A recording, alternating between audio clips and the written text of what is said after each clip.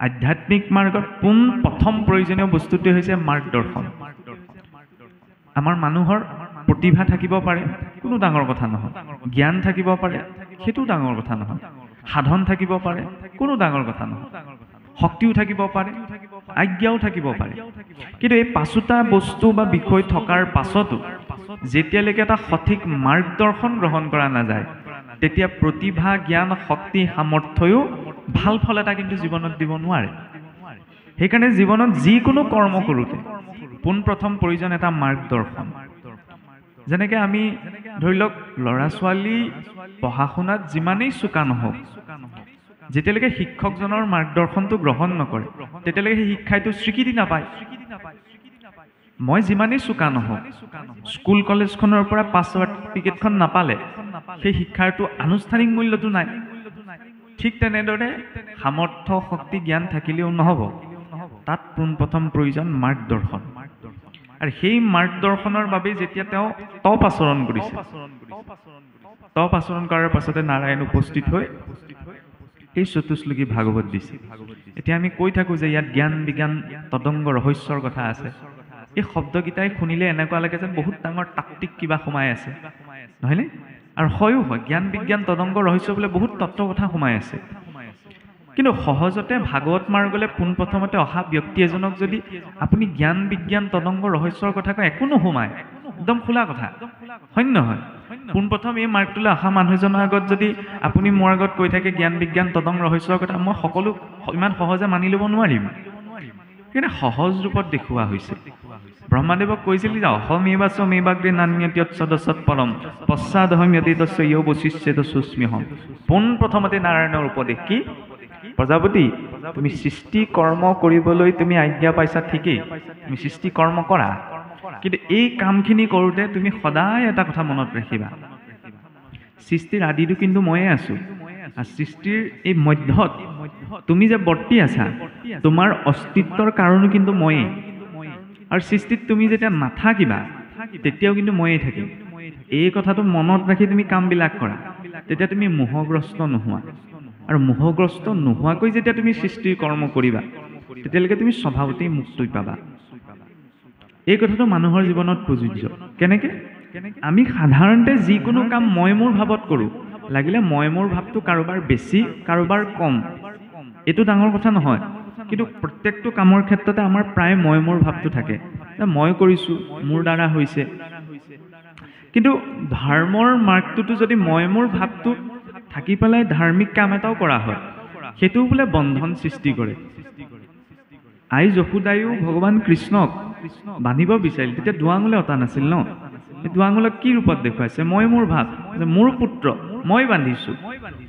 মাতৃৰূপতো ঈশ্বৰৰ প্ৰতি সেই অহংমম ভাৱটো থকাৰ বাবে দুৱাঙুলত আই যশোদাই ভগৱন্তক বান্ধিব, মানে বশ কৰিব পৰা নাই। আমিতো সাধাৰণ জীৱ।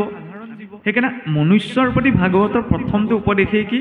জীৱনত যি কৰিবলৈ পাইছোঁ, যি খাবলৈ পাইছোঁ, যি বিচৰণ কৰিবলৈ পাইছোঁ, নিজৰ কেপাচিটিত আমি একো অৰ্জন কৰা নাই। ঈশ্বৰে দি আছে কাৰণে সকলো হৈ আছে। গতিকে আমি জীৱনত যি কৰ্মই নকৰোঁ কিয়, সেই কৰ্মটো নিজৰ কেপাচিটিত গোটাই লোৱা কৰ্ম নহয়, ঈশ্বৰ প্ৰদত্ত দায়িত্ব হয়। লাগিলে সেয়া পথাৰত কৰা খেতিয়েই হওক, বহুত সাতমহলীয়া অট্টালিকাৰ ওপৰত বহি থকা ডাঙৰ কিবা এটা চাকৰিৰ কামেই হওক, ঈশ্বৰে দিছে কাৰণে হৈছে। গতিকে ঈশ্বৰক অৰ্পণা কৰি যেতিয়া লৌকিক কাম এটা কৰা যায়, তেতিয়া সেইটো লৌকিক হৈ নাথাকে, সেইটো আধ্যাত্মিক কৰ্মলৈ পৰিৱৰ্তন হয়।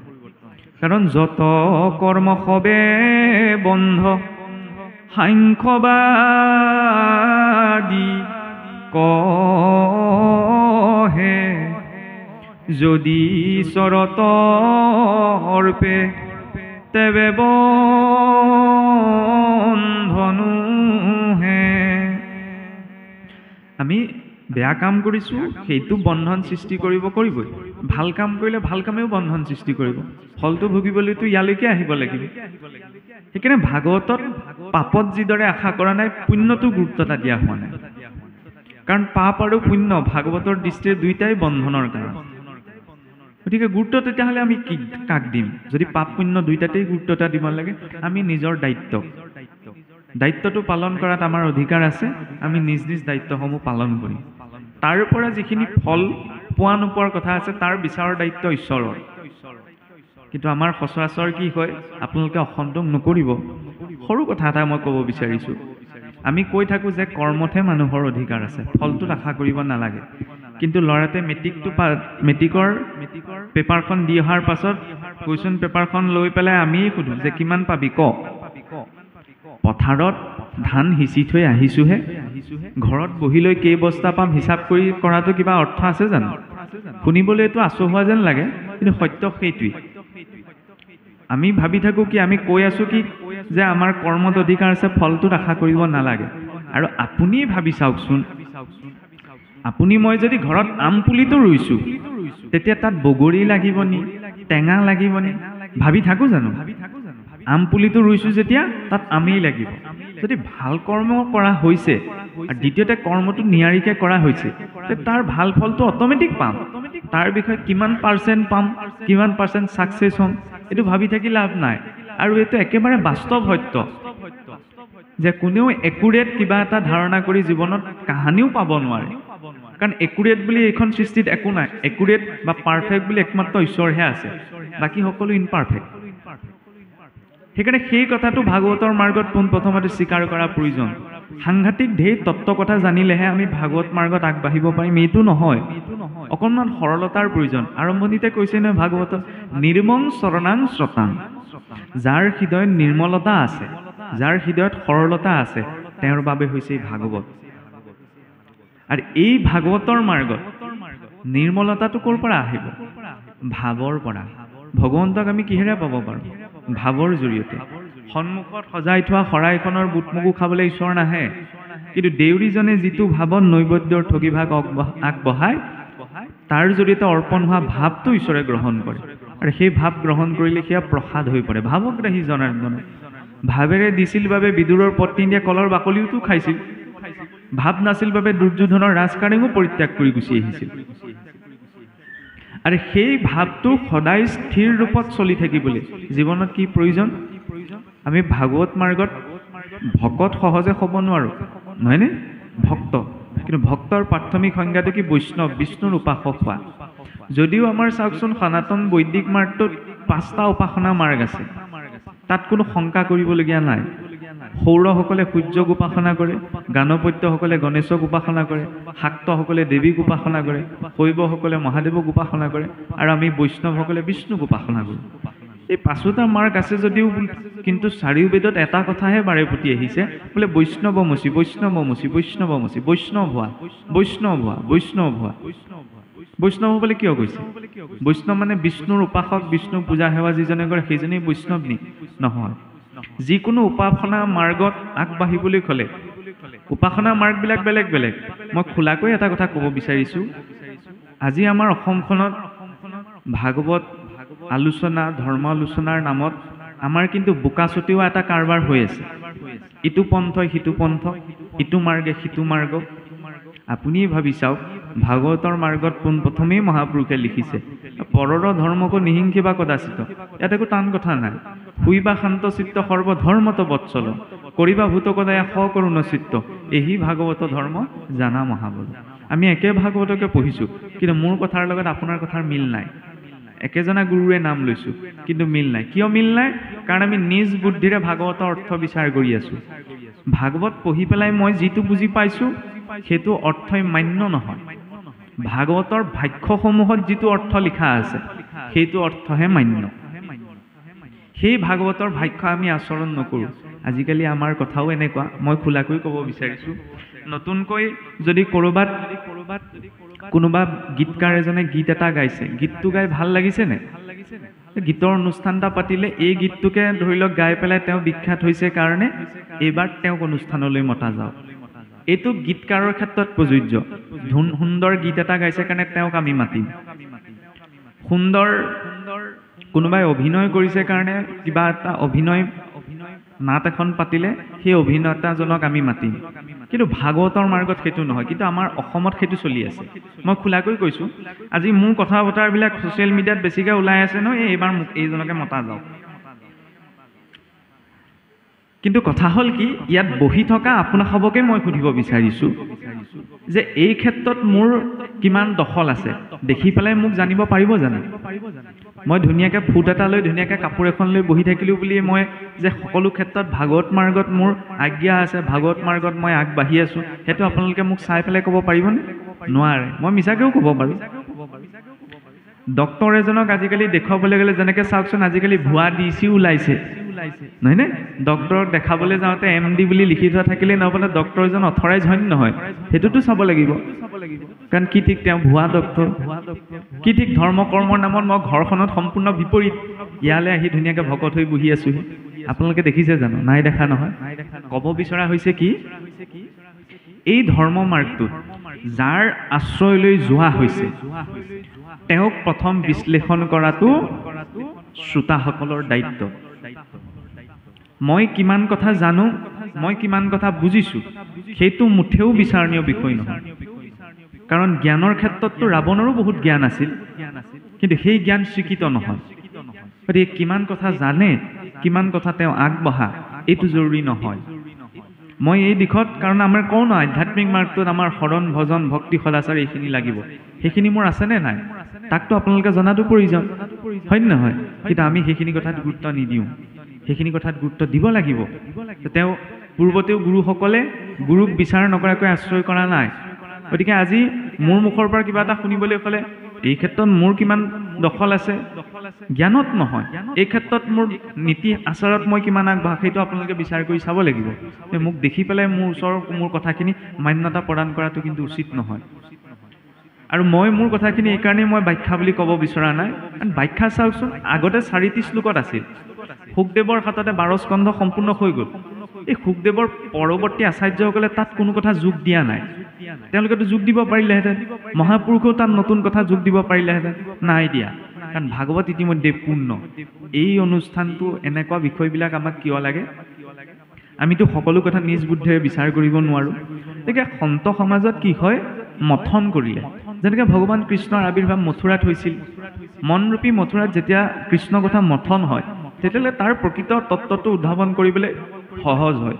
কাৰণ ইটো মহাভাগৱত বেদ বেদান্তৰো তত্ত্ব, নানা অৰ্থ আছে জানায়াত, সাধু সংগ বিনে তাক বুজিবা কোন পাৰিবা, ইটো কথা কহিলো সুখাৰ।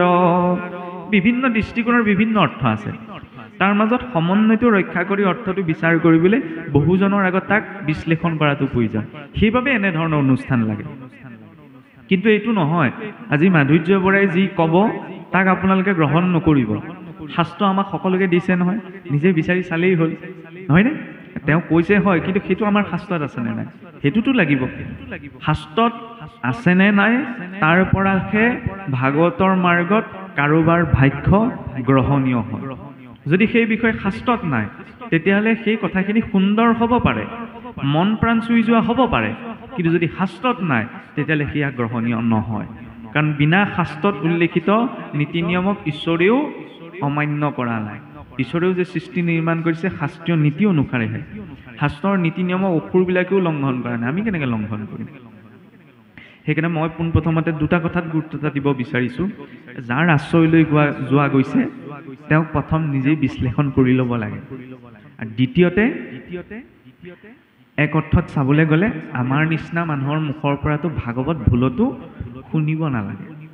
সেইটো অদ্ভুত লাগিব পাৰে, তেতিয়াহ'লে মই কেলৈ কৈ আছোঁ? সেইকাৰণে মই বাৰে প্ৰতি কৈছোঁ, মই ভাগৱতৰ কথা ক'ব বিচৰা নাই, মই মাত্ৰ মোৰ মন মগজে যিটো ঢুকি পাইছোঁ তাৰ আধাৰত আনুষ্ঠানিকতা ৰক্ষা কৰি মাত্ৰ উপস্থাপন এটাহে কৰিম। কিয় শুনিব নালাগে? ভাগৱত কাৰ মুখৰ পৰা শুনিব লাগে? যিজন সংসাৰ বিৰক্ত। শুকদেৱ সংসাৰ বিৰক্ত আছিল, ৰজা পৰীক্ষিতে ব্যাসদেৱৰ পৰাও শুনাগে নাই। ব্যাসদেৱ বেছি অভিজ্ঞ আছিল, তেওঁৰ মুখৰ পৰা শুনিব পাৰিলেহেঁতেন। ব্যাসদেৱ সংসাৰ বিৰক্ত নহয়। এই কথা এটা আহে, কাহিনী এটাৰ প্ৰসংগ। এবাৰ বোলে জম্বুদ্বীপৰ এজন ৰজাই ঘোষণা কৰি দিলে যে মই এতিয়া আৰু বহুত সংসাৰখনক ভোগ কৰিলোঁ, এতিয়া মই সংসাৰত বৈৰাগ্য ভাৱটো আনিব বিচাৰিছোঁ। এতিয়া বৈৰাগ্য ভাৱটোতো মোৰ অহা নাই, কাৰণ পুত্ৰ ধন জন এইবিলাক ৰাজ্য পৰিবাৰ দেখি মই এইবিলাকক এৰিব নোৱাৰোঁ। গতিকে এটা ঘোষণা কৰি দিলে বোলে আমাৰ ৰাজ্যত যিমানবিলাক আধ্যাত্মিক বক্তা প্ৰবক্তা আছে সকলো মোৰ ৰাজ্যলৈ আহক, আহি পেলাই মোক ভাগৱত কথা শুনাওক, আৰু ভাগৱত কথা শুনাই পেলাই মোৰ মনটোলৈ বৈৰাগ্য আনি দিয়ক। আৰু যদি বৈৰাগ্য আনি দিব পাৰে তেতিয়াহ'লে মই গোটেই ৰাজ্য তেওঁলোকক অৰ্পণ কৰি বনলৈ গমন কৰিম। কিন্তু যদি মোৰ মনলৈ বৈৰাগ্য আনিব নোৱাৰে তেতিয়াহ'লে আকৌ মই ৰঙা ঘোঁৰা লহি কৰিম।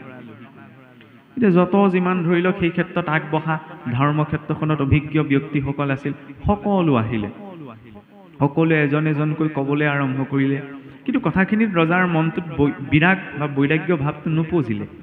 সেইকাৰণে চৰ্ত অনুসৰি লাহে লাহেকৈ যিটো কাৰাগাৰ এতিয়া চোৰ ডকাইতে ভৰ্তি হ'ব লাগিছিল, ৰজাৰ কাৰাগাৰ এতিয়া এই ধৰ্ম প্ৰবক্তাসকলে, এইবিলাক স্পৰ্শকাতৰ বিষয় হ'লেও মই কৈছোঁ কাৰণ বৰ্তমান সময়ত অকণমান প্ৰয়োজন এটা হৈছে, গোটেই কাৰাগাৰটো ধৰ্ম প্ৰবক্তাসকলে ভৰ্তি হৈ গ'ল। ইয়াৰ পাছতে সেই ৰাজ্যখনত এজন বোলে বৃদ্ধ ব্ৰাহ্মণ আছিল। বৃদ্ধ ব্ৰাহ্মণজনে পত্নীক কৈছে যে আমাৰ যত যিমান ধৰ্ম প্ৰবক্তা আছিল সকলোচোন ৰজাৰ কাৰাগাৰত সোমালেগৈ। মোৰো বয়স এটা হৈ আহিছে, আপুনি বয়স হ'লে বুদ্ধি কৰিব ভাল বুলি কয় যে, গতিকে মোৰ বয়োবৃদ্ধ অভিজ্ঞতাৰে মই ৰজাৰ ওচৰলৈ যাওঁ, গৈ পেলাই ৰজাক মই ভাগৱতৰ কথা শুনাওঁগৈ, কিজানি মোৰ কথাত ৰজাৰ মনত বৈৰাগ্য ভাৱটো আহেই। আহিলে, আহি পেলাই তেখেতেও কৈ পেলাই যেনেকৈ দ্বিতীয় স্কন্ধমান পাইছিলগৈ সেই কথা কৈ পেলাই। ৰজাৰ বৈৰাগ্য নাহিলে টোপনিহে আহিলে। ৰজাই ক'লে বোলে তোমাৰ কথাটো কাম নহ'ব, এতিয়া চৰ্ত অনুসৰি বোলে আপুনি জেলত সোমাব লাগিব, কাৰাগাৰত সোমোৱাই থৈ দিলে। কিছুদিন যোৱাৰ পাছতে কি হৈছিল, সেই ব্ৰাহ্মণজনৰ এজন পুত্ৰ আছিল। পুত্ৰজনে শিশুকালতে আচলতে সন্ন্যাস আশ্ৰম গ্ৰহণ কৰিছিল। আৰু সন্ন্যাস আশ্ৰমত এটা নিয়ম আছে, 12 বছৰ মূৰত, 12 বছৰ এটা যুগ ধৰা হয়, 12 বছৰৰ মূৰত যদি পুত্ৰই বিচাৰে তেতিয়া নিজৰ ঘৰখনলৈ এবাৰ আহিব পাৰে। পুত্ৰই তেতিয়া পিতৃ মাতৃৰ খা খবৰ ল'বলৈ বোলে বিভিন্ন দেশ ভ্ৰমণ কৰি আহি ঘৰত উপস্থিত হ'লি, দেউতাকক নেদেখিলে, মাকক সুধিলে যে আই দেউতাকে নিগ'ল, বোলে এনেকুৱা তেনেকুৱা কথা, গোটেই তোমাৰ পিতৃৰ লগতে আমাৰ ৰাজ্যত যিমানসকল ধৰ্মৰ অভিজ্ঞ পুৰুষ আছিল এই ৰজাৰ মতিভ্ৰমেই হ'ল নে কি নাজানো, এই চৰ্তত বন্দী হৈ পেলাই সকলো কাৰাগাৰত সোমাই আছে। ঠিক আছে তুমি নিশ্চিন্ত থাকা, মই ৰজাৰ ওচৰৰ পাওঁগৈ। তেতিয়া মাকে বাৰে প্ৰতি কৈছিল যে বোপাই ইমানসকল লোকে ইমানখিনি কোৱাৰ পাছতো ৰজাৰ সেই কপট মনটোৱে একো গ্ৰহণ নকৰিলে, যে তই যদি যাওঁ তইও জেলত সোমাব লাগিব, বহুত বুজালে, নহয় তুমি নিশ্চিন্ত থাকা, মই এবাৰ দেখা এটা কৰি থৈ আহোঁ। সেই বুলি কৈ ৰজাৰ দুৱাৰত উপস্থিত হ'লগৈ। ৰজাইতো প্ৰথমতে হাঁহিয়েই দিলে যে ইমান সকলোৱে একো কৰাব নোৱাৰিলে, এইটোৱেনো কি কৰিব। তাৰপৰা হ'লেও বোলে তোমাকো এটা সুবিধা দিছা, তুমি কোৱা। লাহেকৈ ক'বলৈ আৰম্ভ কৰিলে। তেওঁ যে কথা একেখিনি আছিল, ভাগৱতততো বেলেগ কথা নাই, নহয়নে? মোৰ কথাখিনিতো একেখিনি। তেওঁ ক'বলৈ আৰম্ভ কৰি লাহে লাহে কথাখিনি শুনি ৰজাৰ মনটো অকণমান পাতল হ'বলৈ ধৰিলে। শেষত যেতিয়া লাহেকৈ আগবাঢ়ি গ'ল, ৰজাৰ মনত অকণমান বৈৰাগ্য ভাৱটো আহিবলৈ ধৰিলে। তেওঁ সংসাৰৰ অসাৰতাটো বুজিবলৈ আৰম্ভ কৰিলে। তেতিয়া মানে তেওঁ উমানটো পাই গ'ল যে এওঁ কথাইহে মোক ক্ৰিয়া কৰিব। তেতিয়া ক'লে যে প্ৰভু মই এতিয়াহে বুজিব পাৰিছোঁ, মোৰ আৰু এতিয়া সংসাৰখনত আশা নাই, মোৰ বৈৰাগ্য ভাৱটো আহিছে, মই এতিয়া সন্ন্যাস ধৰ্ম গ্ৰহণ কৰিম, মই এতিয়াই সংকল্পবদ্ধ হৈছোঁ, মোৰ যত যিমান ৰাজ্য সা সম্পত্তি আছিল মই তোমাৰ চৰণত অৰ্পণ কৰিছোঁ, এতিয়া মই সন্ন্যাস গ্ৰহণ কৰিম। তেতিয়া তেওঁ কৈছে সন্ন্যাসীজনে, মহাৰাজ মই এইবিলাকক এৰি পেলাইতো গৈছিলোঁ, আপোনাৰ এই ৰাজ্য ভাৰ আপুনি মোক দি দিলে মই কি কৰিম, এইখিনি মোক নালাগে, কিন্তু যদি আপুনি মোক দিব বিচাৰিছে তেতিয়াহ'লে এটা বস্তু দিয়ক। বোলে কি বস্তু দিম কওক। যিসকল ধৰ্ম প্ৰবক্তা আধ্যাত্মিক বক্তা ভাগৱত কথাকাৰক আপুনি বন্দী কৰি ৰাখিছে, তেওঁলোকে আপোনাৰ মনত বৈৰাগ্য উপাজব নোৱাৰিলে সেইটো আপোনাৰ স্থিতি, কিন্তু তেওঁলোকেওতো ধৰ্ম কৰিছে, গতিকে এইটো আপুনি বৰ ডাঙৰ অপৰাধ কৰিছে, তেওঁলোকক বন্দী গৃহৰ পৰা আপোনালোকে মুক্ত কৰি দিয়ক। সসন্মানে ৰজাই মুক্ত কৰি দিলে। ব্ৰাহ্মণজনো আহিল, নিজৰ পুত্ৰক চিনি পালে। তেতিয়া সেই ব্ৰাহ্মণজনৰ ৰজাই একেষাৰে উঠিছে, বোপাই কথাটো একেখিনি আছিল, ইমান কেইজনে কৈ গ'ল, আমাৰ মনত একো ক্ৰিয়া নকৰিলে, তুমি কোৱা কথাখিনি যে আমাৰ ক্ৰিয়া কৰিলে। তেতিয়া ব্ৰাহ্মণজনে সুধিছে, মইতো পঢ়াই শুনাই তোক ডাঙৰ দীঘল কৰিলোঁ, মই কোৱা কথাখিনি তই নিশ্চয় গৈ চাগে কৈছ, তোৰ কথাখিনিত যে ৰজা মান্তি হ'ল, মই একেখিনিয়ে কৈছিলোঁ, মোৰ কথাত কিয় মান্তি নহয়। তেতিয়া কৈছে বোলে উত্তৰটো দিবলৈ হ'লে মই আপোনালোকক সেই ফুলনিখনলৈ লৈ যাব লাগিব। বাগিচা এখন আছিল, দুইজন গ'ল লগতে, ৰজা গৈছে, সৈন্য সামন্তও গৈছে। যোৱাৰ পাছত ক'লে বোলে ডাঙৰ দুজোপা বকুল গছ আছিল, সেই গছ দুজোপাৰ তলতে ক'লে বোলে মহাৰাজ আপুনি এইজোপা গছৰ তলত থিয় হওক। ব্ৰাহ্মণজনক ক'লে বোলে পিতৃ আপুনি এইজোপা গছৰ তলত থিয় হওক। তাৰপৰা সেনাপতিজনক ক'লে বোলে দুইজনকে বোলে আতি আতি বান্ধা। যেতিয়া ৰজা আৰু ব্ৰাহ্মণজনে কৈছে তোক প্ৰশ্নৰ উত্তৰ বিচাৰিলোঁ, তই আকৌ এই গছৰ তলত আমাক বান্ধিবলৈ কৈছে যে। তেতিয়া তেওঁ কৈছে বোলে ইয়াৰ তাৎপৰ্য আছে, মই আপোনালোকক উত্তৰ দি আছোঁ, খন্তেক ধৈৰ্য ধৰক। এই বুলি কোৱাৰ পিছত সৈন্যজনে আতি আতি বান্ধিলে। বন্ধাৰ পাছত তেওঁ কৈছে বোলে এতিয়া আপোনালোকে খোলকচোন গাঁঠিবিলাক। তেতিয়া ৰজা আৰু ব্ৰাহ্মণজনে কৈছে কি মূৰ্খৰ কথা কৈছা বোলে, এই বন্ধাৰ পাছত কেনেকৈ খুলিম, আনে খুলি দিলেহে খুলিব পাৰিম। মোৰ উত্তৰ বোলে সেইটোৱেই, যি নিজেই বান্ধ খাই আছে সি আনক মুকলি কেনেকৈ কৰিব, নহয়নে? মই সকলো এৰি থৈ গৈছিলোঁ, গতিকে আমিও নিজে বান্ধ খাই আছোঁ, মই নিজেই বান্ধ খাই আছোঁ, মই আকৌ আপোনাক মুকলি পথটো কেনেকৈ দিম? সেইকাৰণে কোৱা হৈছে এইখিনি মাত্ৰ উপস্থাপনহে। আমি সকলো একেটা পথৰ যাত্ৰী। আমি যে কওঁ কাৰোবাৰ আগ কাৰোবাৰ পাছ, কাৰো আগ পাছ নহয়, সকলো এটা পথতেই আছে, খালি কেতিয়াবা বুজাত আগ পাছ হ'ব পাৰে।